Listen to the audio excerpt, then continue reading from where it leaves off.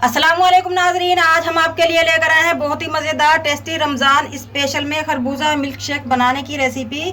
बहुत सारे बादाम के साथ, खोपरे के साथ, मलाई के साथ और पिंक पिंक मज़ेदार से हमने ये रसगुल्ले लिए हैं। आज की हमारी बहुत मज़ेदार आसान सी रेसिपी आपके अफ्तारी का मज़ा दोबाला कर देंगी इंशाअल्लाह ताला रमज़ान स्पेशल में। चले अब हम रेसिपी की तरफ आते हैं।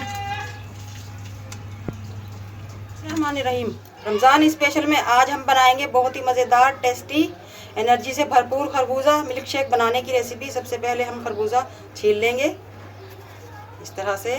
माशाल्लाह बहुत ही आराम से छिल रहा है ये। 1 किलो खरबूजे हैं, हम इनमें से आधा किलो ले लेंगे। आप जितना मर्जी बना सकते हैं।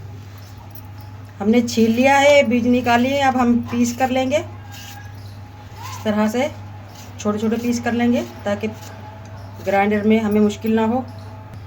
आधा किलो हमारे खरबूजे हैं, आधा किलो माशाल्लाह हमारा दूध है फुल क्रीम। अब हम जग में डाल लेंगे 5-6 टेबलस्पून हम चीनी डाल लेंगे। चीनी और दूध डाल लेंगे। बिस्मिल्लाहिर्रहमानिर्रहीम। मलाई हम रख लेंगे गिलास को डेकोरेट करने के लिए।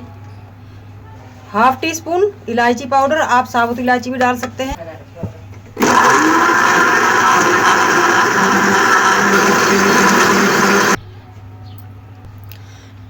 खरबूजा मिल्क शेक हमारा रेडी है माशाल्लाह। अब हम गिलासों में डाल लेंगे। बिस्मिल्लाहिर्रहमानिर्रहीम।